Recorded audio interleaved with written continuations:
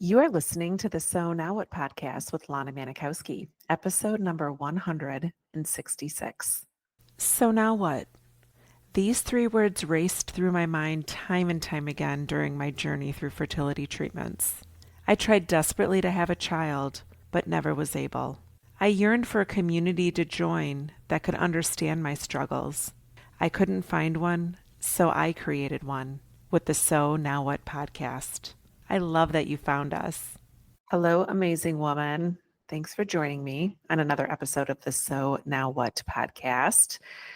I want to make sure that you got your ticket to the Others Day brunch. The Others Day brunch is taking place in Chicago on Saturday, May 10th. It is the first of its kind event for women who feel like others on Mother's Day weekend. Not because you're not happy about the women in your life that became moms, not because you wish anyone ill will, but because you want to be seen on a weekend that feels really hard for most. So it's happening on Saturday, May 10th. Tickets are $75. It includes food, coffee bar, mimosa bar, and an afternoon with the most amazing women who understand what it's like to be you and don't feel like they need to explain why Mother's Day feels difficult, but they can just show up and enjoy an afternoon with some amazing women in an amazing setting in downtown Chicago. You do not have to be from Chicago to attend the brunch. Women are coming from different points across the map, from the East Coast to the West Coast and places in between. So if you want more information, go to lanamanikowski.com/othersday, or I'll put a link to it right here in the show notes. This week, I want to talk to you about a talk I gave at Indiana University. I live in Chicago, which, if you're not familiar with the geography and the map of the Midwest, Illinois and Indiana border each other. So where I spoke was in Indiana, but it was a 40-minute drive from downtown Chicago. And I was invited to speak in the College of Health and Human Services. My talk is called Infertility, Identity, and the Fight to Be Seen. So now what? And I want to share it with you because it was a really unique perspective to be in a room with some women who were childless by circumstance, many women who had children, and some students that, if I were to guess, they probably are not in the process of thinking about actively becoming parents and maybe have not navigated infertility. So I'd love for you to listen. I think that you'll get something out of it from a lens of somebody who is childless after infertility or childless not by choice. Today, we're going to talk about something that often does not get said out loud. We have all experienced things where life unfolds differently than we thought. And when that happens, it's easy to question, who am I now? Where do I fit in? Did I mess up? And will I ever get to where I want to go? And maybe you have not felt that already. Maybe you have. But if you haven't, that season is still ahead of you. Trust me, at some point you will. And when you do, I hope that you come back to this talk and you remember my words today. Because what we're talking about today is not just infertility. It's about being human. It's about what it means to create a life that is meaningful and beautiful, even when it turns out so differently than you had planned.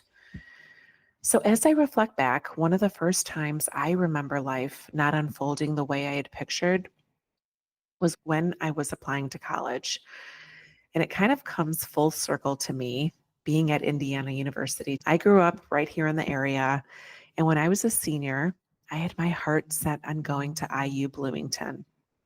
All of my friends were applying there, and it seemed like everyone already was figuring out who was going to room with who, which dorm they were going to live in, which one was going to have the car so we can go to the off-campus parties on the weekends. And I felt like everybody I knew was going there. I wanted that too. I loved the idea of heading to college and going to a place where I already had my crew. I had a place where I belonged even before I arrived. It was like feeling like I was doing what everyone else was, like I was part of the crowd and I wasn't going to be left behind and not being the one who didn't fit in.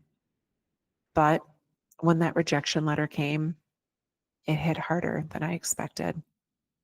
It was just not about missing out on being with everyone else.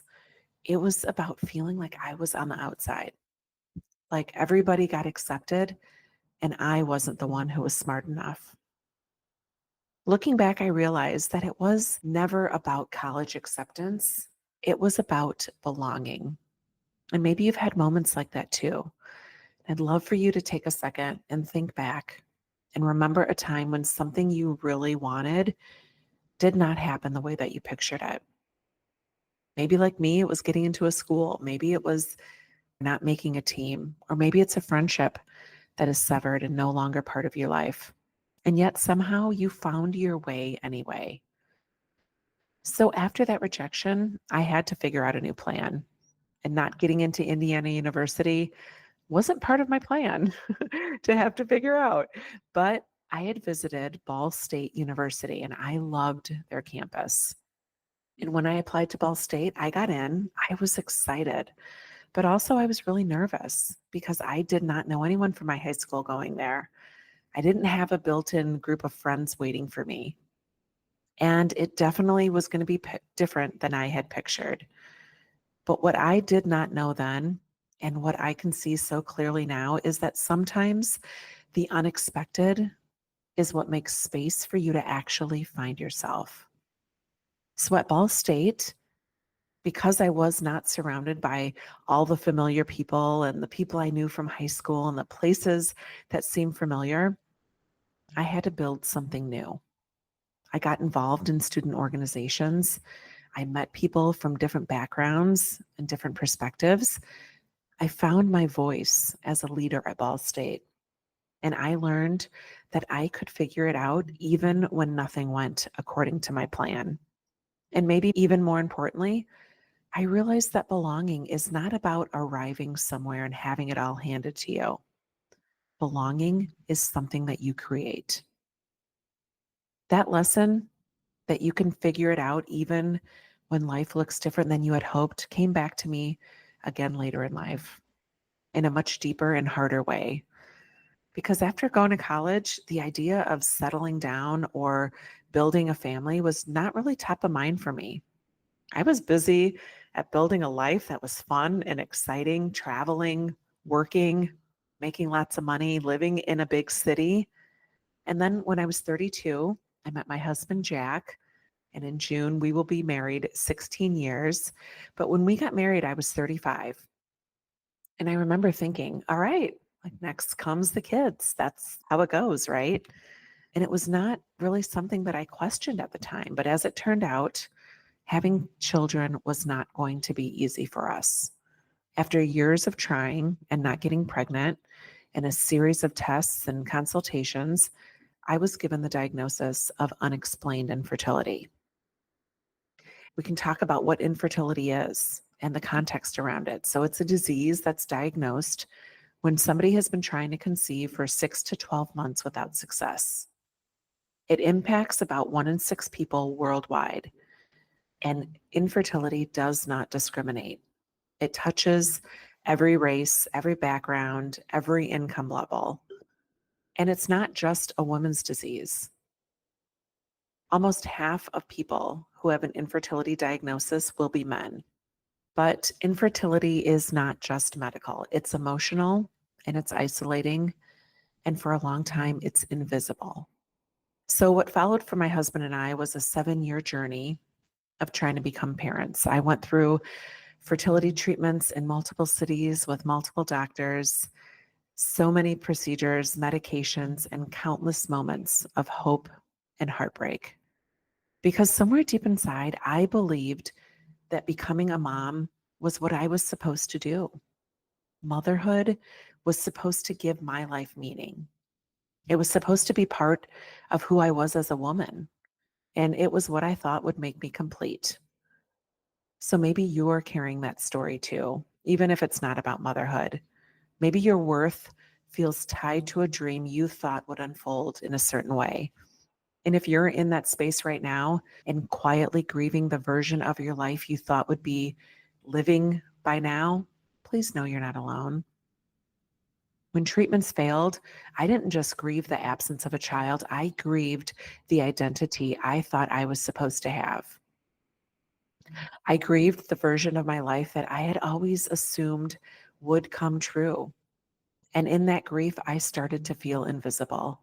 Because when your story does not match the stories that everyone around you is celebrating, you start to wonder if you even belong anymore. And for a long time, I stayed silent. I was embarrassed and ashamed that I couldn't achieve what everyone else seemed to do so easily. And just like years earlier, when I did not get into Indiana University, I felt left behind. And the longer I stayed quiet, the heavier the judgment and the shame became. I was waiting for somebody to see me. I wanted somebody to accept me and somebody to validate me and my experiences. But what I did not realize was that the fight to be seen is not about what others see. It's about how you see yourself. It's about how recognizing your own strength and honoring your own effort and choosing to believe in your own value, even when it looks different than you had planned, means something. Now, let's be honest, we live in a world of filters where Instagram and Snapchat modify not just the filter on our face, but the stories we tell about ourselves. And it can be really hard to love the unfiltered version of your life. But finding your way is not about the edited version. It's about how you show up for yourself when things get really messy. It's about how you keep moving forward when life feels really unfair. It's about how you believe that your story is still good, even when it's different. Now, I stopped waiting for someone else to hand me a narrative that I could feel proud of. I decided to create one. That's why in 2021, I started this podcast, the So Now What podcast, where I shared my infertility story publicly for the first time. And earlier this month, I wrote my first book, So Now What, which is the book that I wish my fertility clinic or my doctors had handed me when my dream of motherhood slipped away. And I do this not because I have it all figured out, but because I learned that connection begins when we stop hiding. So now what? Now you stop waiting. You stop waiting for someone else to tell you that you belong. You stop waiting for the outside world to give you permission to matter. Now you begin to see yourself, that real, unfiltered you, the one who's already enough. No matter what challenges you're facing or will face, you were born with the right and the ability to see yourself clearly, even when others don't fully understand and even when others don't fully agree. You don't need a perfect story to have a meaningful life. You already have a place here just as you are. And the life ahead of you, even if it looks different than you once imagined, this life can still be rich and beautiful and meaningful beyond anything you can picture today. Before we rush into what comes next, I'm going to invite you to do a little something with me to slow down just for a moment. Take a deep breath and ask yourself, what would it feel like to believe right now that you are already enough, even without a perfect plan? What would it feel like to know that even without everything going the way that you hoped, your life can still be full of meaning, connection, and beauty? You don't need to wait for a better moment. You do not need to wait until you have it all figured out. The beginning starts the moment you choose to see yourself clearly and move forward anyway. So, being at Indiana University, I realized something really important, that all those years ago, when I thought not getting into Indiana meant I didn't belong, life had something else in store for me. If you had told that heartbroken high school senior that one day she would be speaking on a stage at Indiana University, not because she followed the perfect plan, but because she created her own way, I never would have believed you. And yet, there I was. And it reminds me of a quote from M. Scott Peck in the book, The Road Less Traveled. It says, "Life is difficult. This is a great truth, one of the greatest truths." So once we accept that our life will not always match our expectations, we can finally stop fighting it. And we can start building something even more beautiful than we had first imagined. So now what? Now you begin. Thank you. All right. So that was my talk. And I'm going to end this here by telling you that I love you. I hope you have a beautiful week. And remember that it's never too late to discover your meaning. I'll talk to you next week. Hey, real quick, I just wanted to tell you about an awesome resource I created. If you have ever found yourself in conversations with people, or maybe people offering you suggestions about what you should do to become a mom, it's called The Top 27 Things People Say When You're Childless and How to Respond. You can get your copy free at lanamanikowski.com/things people say.